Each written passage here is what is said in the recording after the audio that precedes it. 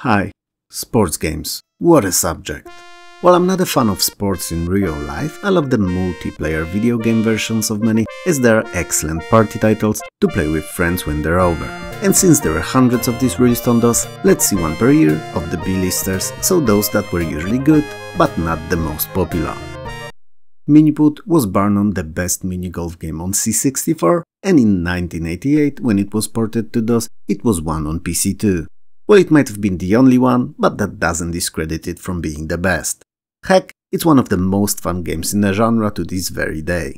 In the time when most games covering the sport focus on its big brother, regular golf, Mini-Putt was a welcome addition and a fresh game to waste some time in.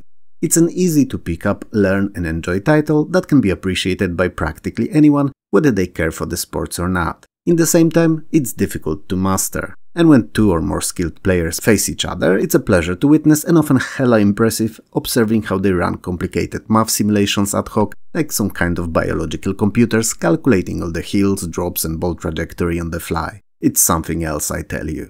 Up to 4 players can enjoy Mini-Putt on a single system, and it features 4 courses of Deluxe, Classic, Traditional and Challenge, spread over 36 different stages. Now, what's included is not nothing, but I would have loved to see at least twice as many courses overall, with porting to a 16-bit system. But whatever, it is what it is. And while nothing was changed, the original was rather genius in its design simplicity, and this version is no different. Each of the 4 courses changes a little in theme and kinds of challenges that they focus on, and some of them even feature animated elements for that added extra challenge. To be honest, I played Mini-Putt much more on C64 than on PC, but even my short time with it on DOS was rather pleasant and enjoyable, especially that while its presentation can't be called breathtaking, it's clean, easily readable, and you've never left wondering what's what on a particular course. Even the CGA version, which I'm usually not a fan of in any game, works quite well here and is somehow less annoying than usual. So, if you're someone who enjoys minigolf in real life or have friends, cause you know, not everyone does, then Mini-Putt is an excellent party game to kick around in while having drinks and trash-talking each other. Shufflepuck Cafe is basically an air hockey type of a game, which is an excellent digitization of an arcade classic to PC. I know that grand majority of you know very well what air hockey is, but on an odd chance that one of you does not, let me explain. It's basically hockey but played in the air. So the players sit on those large flying brooms, Nimbus as they are called I think, and they're hitting the flying puck all over the air above the hockey field, trying to score. Wait a minute, someone's been messing with my scripts. That's not at all what the air hockey is. Let me see. One sec. Yep, the script is gone, and someone replaced it with Harry Potter 15 fanfiction draft, which on a first glance is rather terrible and I wouldn't recommend reading it when it releases. Anyway, the air hockey is a table game that sees 2 opponents standing at opposite ends of it, each with a bat in hand. Well, more of a paddle than the bat, but you get what I mean. And the gameplay is all about knocking the puck behind the opponent's paddle. Simple as that. Each successful attempt is worth 1 point, and the first player to score a set number of points wins. It's usually 15, but you know, usually it's not always. Shufflepuck Cafe can be played in 2 modes, either tournament, in which you're facing all available and differently playing opponents, or practice, where you can challenge any of the 9 to, well, practice.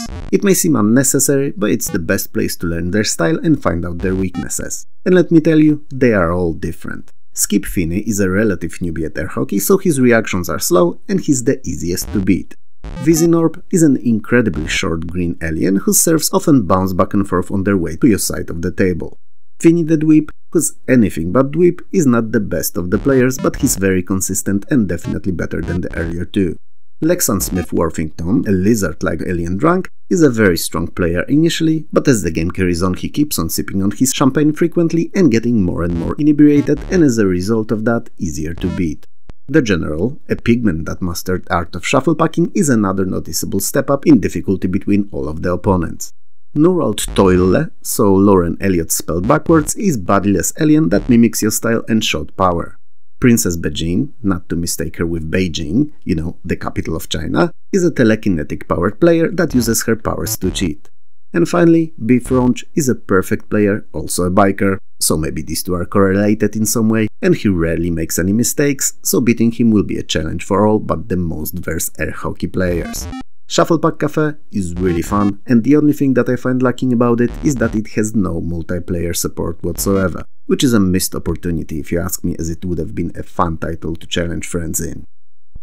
Panza Kickboxing was one of my most favorite versus fighting games on the Amiga, and it's no worse on PC. It's a very technical game that placed all of its bets on realism instead of focusing on flashy and explosive moves or special attacks, and won big. Or actually no, I take it back, it lost, cause if it won it would not appear in this video as it would be much more popular.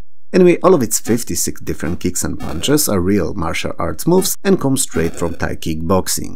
So the game is best played smart rather than as a button masher, meaning that timing your attacks and even more so picking the right ones is always a better choice than trying to pull different ones one after another as fast as possible. For one, cause you won't be able to effectively do that. Well, you might cause you're cool and near superhuman, but I and others wouldn't. And for two, cause if you go at it maniacally, a skilled player can stop you with one perfectly timed kick to the head. Like literally, stop you so efficiently that you lose consciousness and grab a few Z's mid-fight. Each sparring match takes 3 rounds, and the round ends either when one of the fighters is knocked out or when the time runs out. Lights above the ring on each side of it represent the fighter's health, and as he loses energy, they are extinguishing. Single-player mode sees you playing as a newbie kickboxer trying to climb the ranks of the league table and defeat tougher and tougher opponents until you get to the final battle against the reigning champion, Panza. Now, it's naturally gonna take a while, and in between the fights you can visit the gymnasium section to train your fighter, increasing his strength, resistance or reflexes. These changes are not superficial only and can actually be a deciding factor between winning and losing. Well, other than your skill at throwing those deadly roundhouse kicks, because the number of arguments that you've won as a kid with a roundhouse kick is directly proportional to the number of teeth that you've single-handedly supplied to the Tooth Fairy by kicking the shit out of others back then. I mean, years of your youth were the best time in Tooth Fairy's few thousand years long career. Anyway, while training and micromanagement of your fighter, down to picking the moves that he has available for each fight are fun and all, the best thing about Panza is naturally when it's played against a friend. Because then it turns into a real show-off of technical prowess and patience. Cause while attacking is super important, getting the feel of your opponent, predicting his moves and behavior is too, and most likely even more so. So, careful, smart and reactive play wins more matches than an all-out attacks do. Panza Kickboxing is a gem among fighters, if you like those to be more similar to International Karate than Street Fighter 2 that is, and its released 2 years later sequel Best of the Best, while not much different in terms of presentation, was a stellar game too, and featured more opponents and even more fluid animations. The game's Winter Challenge is Accolade's answer to Epic's Olympic sports series of games, and while not as popular, there are no worse. In fact, they may be as good, if not better. It's not a surprise to anyone who's been watching my videos, especially those covering C64 and Amiga, that I absolutely love Olympic games. I think that they're the ultimate party challenges that many people can enjoy together or, well, against each other. And that they're usually varied enough to ensure that no single player would be the best at all of the disciplines, so that everyone would be able to have their favorite choice that they're superior at, or at least contending for the medals. As a matter of fact, I feel that we could really use a modern Olympic game compilation today, and it would be a hit, especially if it wouldn't be a joystick waggling bonanza as it used to be in the 80s and 90s. Anyway, while the Winter Challenge does involve some button mashing, the 8 disciplines that it covers are varied enough to provide a lot of fun and some serious elbow couch battles. The events included are luge, where you navigate the downhill luge course in the fastest possible time. Downhill skiing is also a race going downhill but requiring careful navigation through flag gates. Cross-country skiing is an endurance skiing competition in which rather than sprinting, you're required to carefully manage the energy meter to find and keep the optimal speed for the entire race. Bobsled, similar to luge, but faster and narrower. A lot of fun, easily one of my faves in the compilation. Speed skating is a 3-lap circuit and a test to your button mashing skills. Giant slalom, a large downhill course in which you have to knock over as many flags as possible. Biathlon, another fun one, is time race with a twist. You ski as fast as you can to 5 different shooting positions and shot misses cost you a time penalty. And finally, last but most definitely not least, ski jumping, my second favorite event. Or at least it was, cause I'm clearly nowhere near as good at it today. It comprises of going downhill on an artificial snow-covered ramp and then jumping off of it, managing mid-air resistance and aligning the landing to reach the biggest distance. Winter Challenge uses a rather simple but well-made and smooth-working 3D engine which adds quite a lot to the fun, making most of these disciplines feel more realistic than they would have been in traditional 2D side view. Sounds are pretty good for the time too and complement the presentation well. While the games may have not been as well known as Epic's games were, I found them to be as good and really fun in multiplayer. In single, most of the titles in today's video will be average at best, and this one is no exception. Since we've spoken about the Winter Challenge, how could I not cover the game's Summer Challenge? A logical and chronological successor to the earlier game, it's naturally right there in the name what it's all about, and it's 8 Summer Olympic events. Same as in previous title, up to 10 of you can challenge each other for the gold, and it's as fun in a home party format as you can expect it to be. I mean, I don't know how many people would have arranged a party around classic gaming, but my buddy and I sometimes do, and while there's hardly ever 10 of us, and usually more like 4 to 6 people, it's always hella fun. And those multi-event sports games are usually a highlight of the evening. It has to be said though that while Summer Challenge is as fun in multiplayer environment as the Winter Challenge was, it's a bit easier and focusing more on button mashing than hand-eye coordination, which may make it a title better suited for gaming newbies rather than seasoned retro gamers. The disciplines included are kayaking, so going downstream in a kayak navigating through the gates and trying to avoid missing or touching them. It's naturally a timed event in which missed and touched gates are added as a time penalty. Archery is all about, well, archery. So you have those 4 targets, 3 arrows for each, and a very serious case of delirium tremens and shakes as your crosshair seems to be going all over the screen like crazy, shaking like Shakira's hips do. 400-meter hurdles is a timed event in which you have to complete a full lap of the track in shortest possible time while jumping over hurdles. Knocking them slows you down and you lose time, and falling ends the event entirely. High jump and pole vault, while looking different, are both actually very similar. You set the height first and then try to beat it by jumping over. Naturally, the highest jump in both of these decides the winner. There are 3 attempts at each height. Equestrian, which is a nightmare to pronounce to any non-native English speakers, is for all intents and purposes an obstacle course which you have to beat on a horse in the shortest possible time. Knockdowns add penalty time, and if the horse refuses to jump, it's an immediate failure. Javelin is, well, a javelin throwing event in which you have to toss it as far as possible, and you have 3 attempts at the best distance. And finally cycling, see you completing a number of laps in a velodrome as fast as possible. And Velodrome was so close to being the Thunderdome, and yet failed in its epic naming attempt. Thank God for Mad Max. Summer Challenge uses the same 3D engine previous game did, and it's as effective and fun at conveying the feeling of being there and competing for the medals as it used to. Brutal Sports Football is the first title in the brutal duology of violent sports games. It's a very speedball-esque take on American football, played by 7-a-side teams, but much more aggressive, gory, and if you play your cards right, or exceptionally wrong, even deadly. It was originally developed for the Amiga, to be later on ported to Atari Jaguar and PC. And I have to say that despite using VGA presentation, PC port is seriously lacking the presentation department, as the Amiga original seems to be much more colorful and polished. It was often the case with early ports from the Commodore system, but by 1993 it shouldn't have happened. Amiga was on its last legs and PC was slowly emerging as the most powerful gaming platform. Oh well, it is what it is. If Brutal Sports Football was to release today, it would have been rated mature, as not only it glorifies violence in sports, but also depicts it in a very bloody, gruesome way, with tackles often resulting in decapitation by use of various in-game weapons. Don't get me wrong, I loved it and played it a lot with a buddy of mine one of those early 90s summers. I'm just saying that the times have changed. It's also a game that hardly ever gets mentioned when a subject of violence in games is raised, while likes of Mortal Kombat and Snatcher were on an absolute forefront of discussion when ESRB was being created. Brutal Sports Football takes place in the post-apocalyptic futuristic setting where genetically engineered teams replaced humans in the so-called Brutal Football League, a weird cross between football, rugby, soccer and a beat-em-up. The game features 3 modes of play: Unfriendly, Knockout or League. Unfriendly is a single match, so for all intents and purposes, ironically, it is friendly. Knockout is a tournament-style mode in which 8 teams compete for the win. And League is actually what its name stipulates and the main mode of the game. In it, you earn money for the matches and it can be used to heal players or purchase various bonuses. While the Brutal Sports Football is played for points and the team with most of them at the end of the match wins, it's not only way of coming on top. Since the game emphasizes violence, you can hit the opponents or even kill them, and you can also win by eliminating most of the opposing players, which is probably more fun than scoring. In case of a tie, the game goes into a sudden death mode, which is exactly that, so the teams have to fight it out until there's only one of them left. Interestingly enough, Brutal Sports Football was originally developed to be a beat-em-up role-playing mixture, but the designers mid-development changed their mind, refocusing on futuristic fictional sport.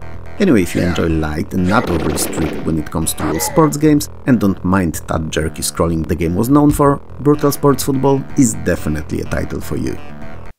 Alien Olympics is a science fiction-inspired Olympic-type multi-event sports game that takes place in the year 2044 and pits 8 aliens against each other in an otherworldly competition. They all look entirely different and have their own unique characteristics. So, one may be very good at disciplines that involve shooting, while another may be a fast runner, for instance.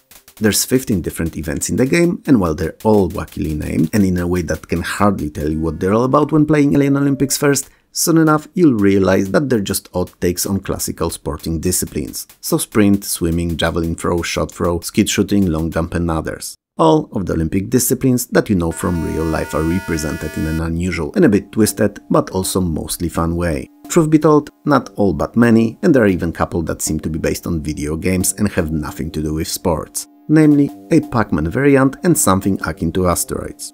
Most of the events are really fun and take just a few seconds to finish, but some are a nightmare to complete in a classical track and field fashion. So they require you to alternate between the two buttons, pressing them as fast as possible to build up speed or power, but worst of all, also to sustain that button pressing bonanza for way too long. I mean, there's this one swimming event for instance, the name of I can't recall now, that sees you swimming a 100 meters and back. So you have to keep mashing those buttons constantly at a very fast pace, in the same time making sure that your alien does not touch the seabed or the surface, as when he does, he slows down to a near complete stop. It's painful. And yes, I mean it literally. Carpal tunnel syndrome is no joke. There's only a handful of these though, and while the rest may have you reach new speed record heights in key mashing too, they usually only have you punish your keyboard for a few seconds, letting her know that she's been a bad girl. Or boy. I'm not one to decide on your keyboard's identity. Alien Olympics is best described as a game that's in an entertainment limbo. It's neither good nor bad, it's somewhere in between and a decent title to fire off once in a while and challenge a friend, but definitely not as good of a sports title as the others in this video are. Graphics and sounds are okay for the year, but nothing to write home about, although it has to be noted that the animation could be a bit smoother. Also, I would really appreciate if the events were described on their selection screens in practice mode, so that I'd know if I'm not accidentally launching the aforementioned long and annoying swimming section. Especially that there's no way of quitting them until they're completed, other than restarting of the game. So yeah, that's a bit of a pain in a butt no less.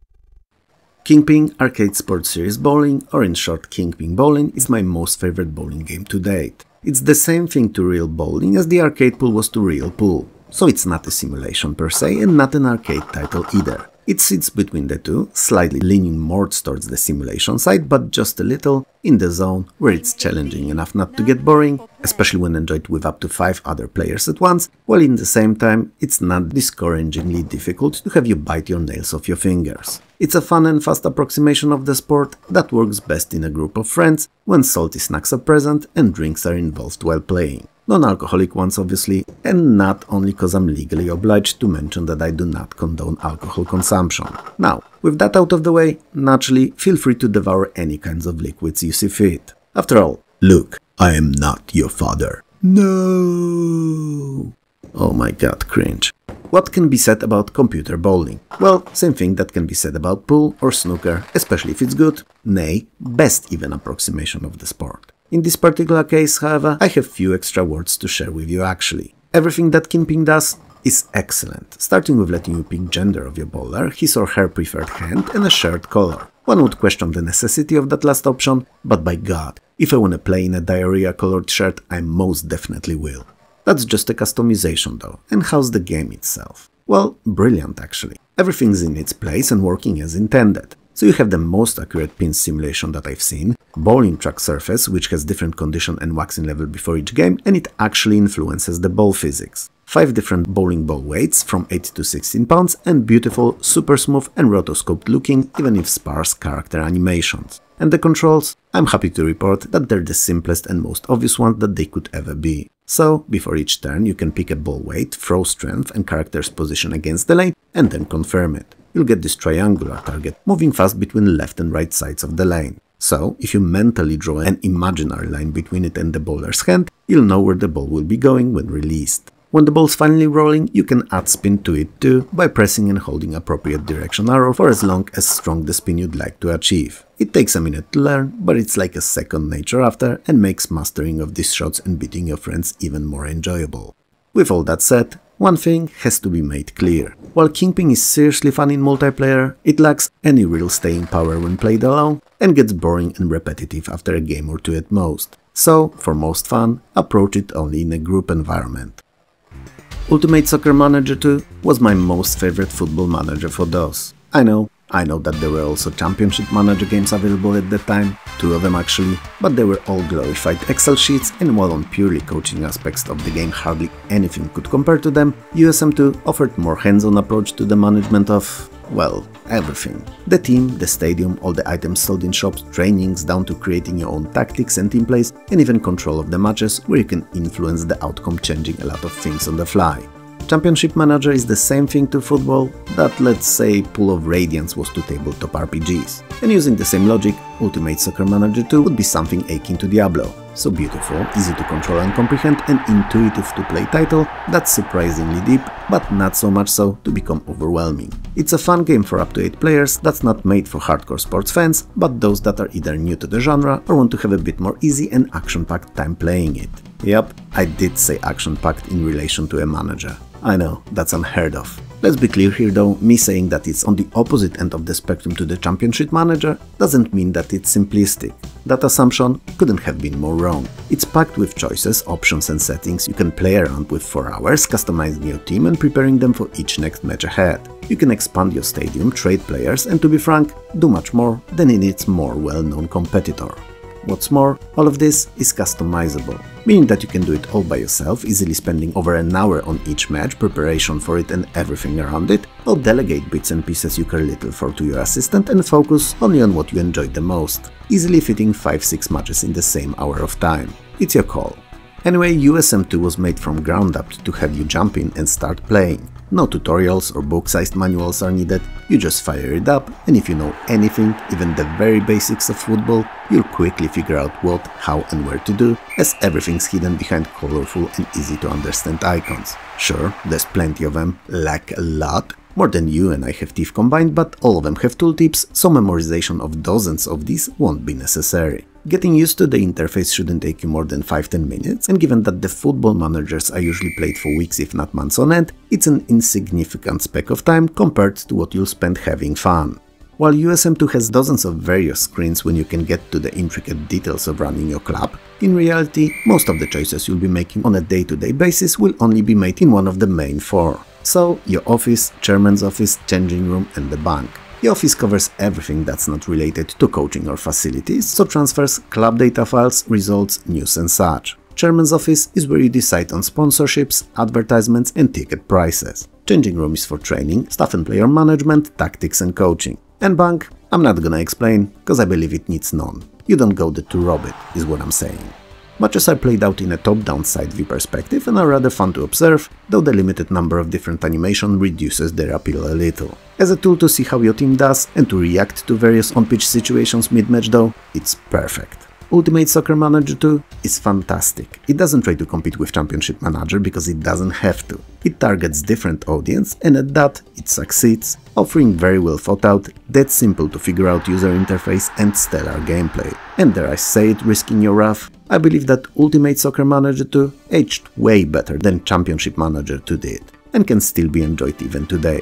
Also, I know that it's not the case, but I feel that the modern Football Manager games from Sega were inspired by both. Championship Manager in depth of stats detail and realistic transfer negotiations, and USM in their ease of control and very cinematic, for the lack of a better word, approach to the genre.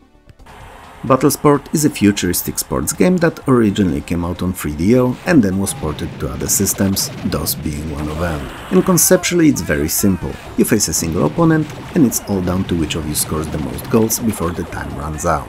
All in a 3D vehicular FPS gameplay style. The ugly brown ball bounces around the arena, so you have to get to it first, grab it and then move it to the area from which you could score into the small, always rotating and suspended mid-air goal, all the while avoiding opponent and his fire. So, not only you have to line yourself with the goal, wait for it to complete its rotation and jump to be able to shoot the ball into it, but also survive it all. Fun. And said survival is not that easy, as there's quite a few weapons that the enemy can use against you. Well, you can use them too, if the opponent holds the ball. If a player carrying the ball is shot, be it you or your adversary, he loses a possession, sending the ball in the direction he was going when hit, and leaving it for anyone to grab. Ships that both of you are piloting can be destroyed, which puts them out of action for a few seconds, and while it's not very long, it may mean a difference between losing or winning. So it's clear that the combat is as important as the goals are, because if you're mid at scoring, but can pretty much always snipe that pesky opponent of yours before he does, eventually you'll manage to get 1 or 2 goals in. The more matches you win, the higher your standing in the rankings will be and the more cash you will bring in, allowing you to invest in a better vehicle and upgrade its defensive and offensive capabilities. The controls take a minute to get used to, especially that they're not the most intuitive, but when you do, Battlesport becomes more playable than the footage that you're watching may suggest. Very often when the game is available on more than one platform, there's one that features the best presentation, gameplay or sound design. And while Battlesport varied in this aspect on all systems it came out on, it shared the same very addictive gameplay on all of them, and was really fun. Especially in split-screen 2-player mode, where you get to telegraph your unquestionable superiority over your soon-to-be ex-friend, sending as accurate shots his way as your goal scores are too. While it's pretty obvious that many, if not most, games are better with others, sport titles are those that absolutely shine in a crowded environment and should never be approached alone. Those 10B listers prove it here, I believe, and were as fun as some of those more well-known games were too. So, if you have no access to the most popular AAA stuff, you won't get bored with this either. If you liked the video, hit those like and subscribe buttons below, and maybe share it too, it helps more than you know. If you didn't, then don't naturally. It was fun talking to you as usual, and I'll see you, or more accurately, talk to you very soon.